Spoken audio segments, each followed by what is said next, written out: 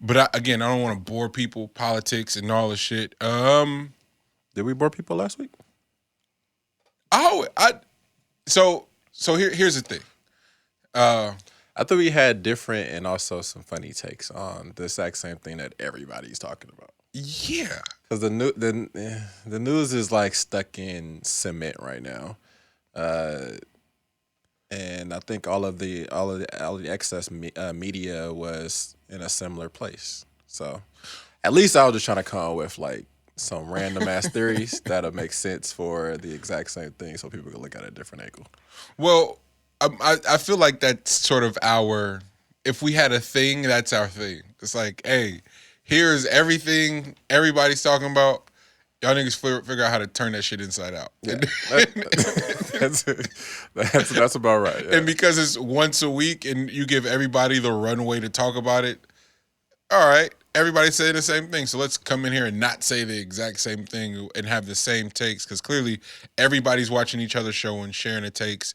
And it's kind of like social media where it's like even the podcasters have the same identity now. That's why I love 85 South Show, because them niggas are just on their own island. Like them,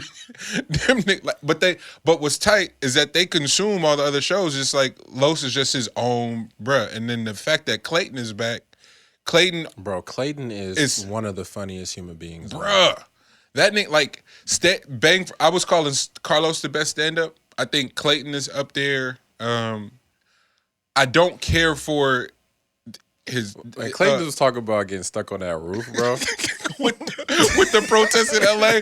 Nigga, I was dying. Stand-ups. Yeah. Segura is up there. I just don't care for his content, but he's hella funny. Segura, Clayton, Carlos, Takara is hella fun. She's hilarious. Takara from Next Top Model? No. There's a female comedian named Takara. Oh, gotcha. Yeah. She fucks with KevOnStage, and that whole is part of that whole clique. Oh, gotcha. And this is like the new wave comedians that we're talking about. It's like obviously not. It's like there's this new underground breed of comedians that specialize in doing skits, and most of them are in LA.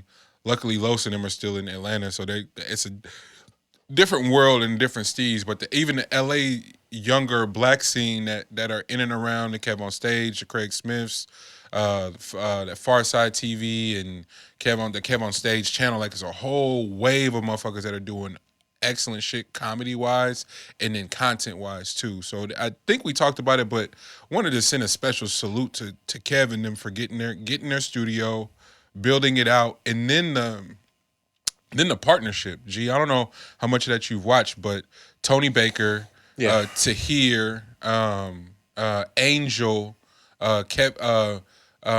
Melissa, KevOnStage's his wife, and I know there's some Keon, yep, for sure, Keon.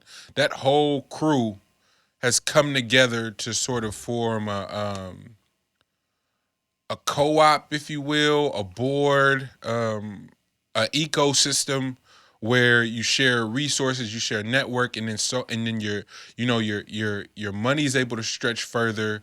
The infrastructure you're able to build can go so much further, and you can insulate with your crew. So from commercial work to network shit to corporate to you name it, it's really a dope model. So I want to send a special salute to them. The success is one thing. I think what's so important to the optics of black folks working together like that for a common goal and reaching the success. And make no mistake, I hope hopefully one day Kev and the crew can talk about the inner working, the politics and the ups and downs that they've experienced as a crew, but navigating that shit and to figure it out and sort of to have their moment. I think what helped out a lot though for them was the fact that All Def just shut down the way that it did when Russ got in trouble. When Russ dipped.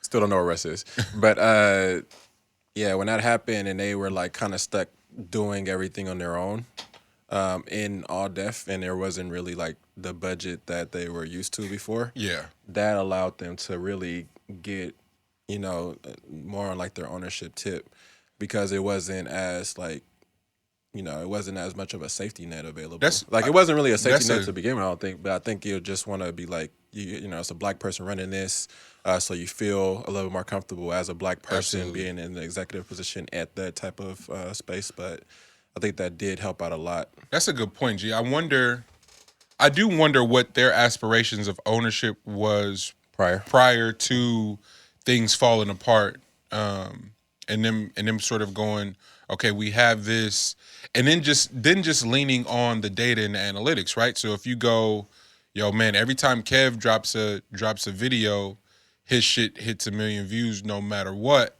Every time Tony drops a video, his shit does right in that ballpark, not too far off, like the equivalent of going viral every time you drop something. So let those two be the cornerstones, and let's come together, build a bigger following. To hear you come on when Doughboy was a part of the situation, grabbing Keon, Angel has been like the sleeper for me. Like, ever since she's come aboard and like been a part, something has happened as far as like balance and just like, I don't know. It's just she's hilarious. I love seeing her. She's hella talented. Keon, as you said, Pat Cloud is hella funny, hella talented. Keon's wife is funny as fuck too. Yes, but Keon's wife is hilarious, bro. And then the wives as a whole. Yeah, the wives as a whole, they're actually pretty dynamic. Also, I think a cool thing for CP, Craig, a cool thing that bridged the gap to getting to like the KevOnStage app was the app was the All Def coming back.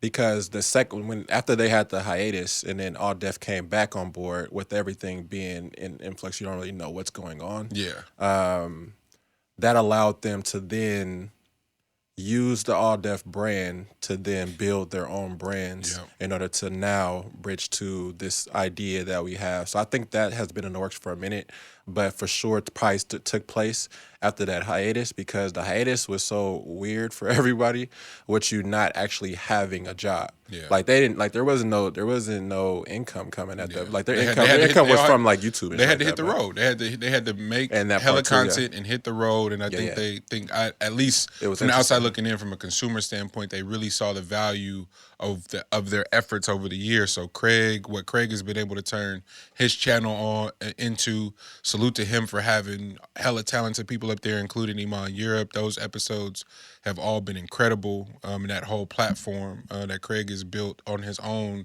outside of All Def, and then the shows that they created during quarantine. So Trivia Mob, Black Blasphemy, the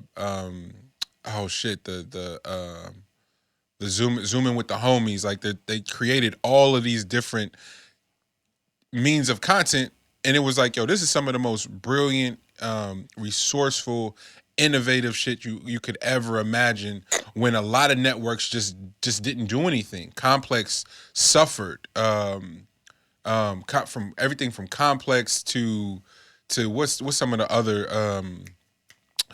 Bon Appetit. Bon Appetit essentially crashed and burned, bruh, like overnight. Like these different networks just suffered. Meanwhile, COVID was an even playing field. Absolutely. If it was anything else, it evened the playing field. It made creatives really get into their bag, which then showed that they have a lot more leverage than they thought they had initially. Yeah. Or even paid attention to having it initially, because all the bags were actually there for them just to grab. When those bags became a little bit more scarce, and you got to see a lot of separation, because some people sit still and others, take advantage. And we shout out 85 South all the time, so I think people know how we feel about them. But KevOnStage and that entire crew, and then more locally for me, the homies out of the East, No Vultures podcast, they have done a really good job of like going to interview the legends and the people who may not have had as much like fame, but are so intricate on the mob scene. Their interviews with Tone Capone and the Mac Malls of the world and the delinquents. It's like, bruh, like you can't go find this stuff anywhere on a more local scene for me. And then Soren Baker, that is taking it upon himself to really, really catalog the evolution and the story of West Coast gangster rap as a whole. He just did an interview with Fred Reck the other day, and I woke up at like 6 a.m. and it was the first thing I saw on my run, and I was like, I'm about to listen to this. And Fred Reck is just like, again, one of those people that's been around for everything, and is so instrumental. And if you're not from here, and if you're not really tapped in, you probably don't know. And even if you are from here, you don't really have the insight or the nuance to what these people mean to this specific history of rap music that literally is instrumental for making the business that we now know and love. Like, I know everybody does the mecca for basketball and music is New York, like, salute. But that shit didn't become big business until Easy and them got a hold of that shit. So let's not ever forget that, what the independence of West Coast music did for music as a whole, but specifically hip hop. So when you talk about Ruthless Records and everything that was happening simultaneously in the Bay, from MC Hammer to Short and to eventually 40, it's like that shit is monumental in regards to this turning into big business, because P was able to come here and see what was happening. Jay Prince was able to literally take producers from the mob scene and have them produce for Rap A Lot Records and be a part of that influx of like, yo, this is big fucking business. So Soren Baker, salute to you, bro. That I'm really glad that there are people doing shit like that with podcasts and being that creative and being that versatile. I think is how I got to that point of L being like, yo, nigga, we just come in here and talk about all the shit people don't. And I'm glad we carved that space out for ourselves on the show, and I credit that to my two co-hosts, because y'all niggas be coming here talking about the wildest shit, and that I have nothing to do with that. I'm PC. I can't mess up my sponsors, man. Yeah, okay.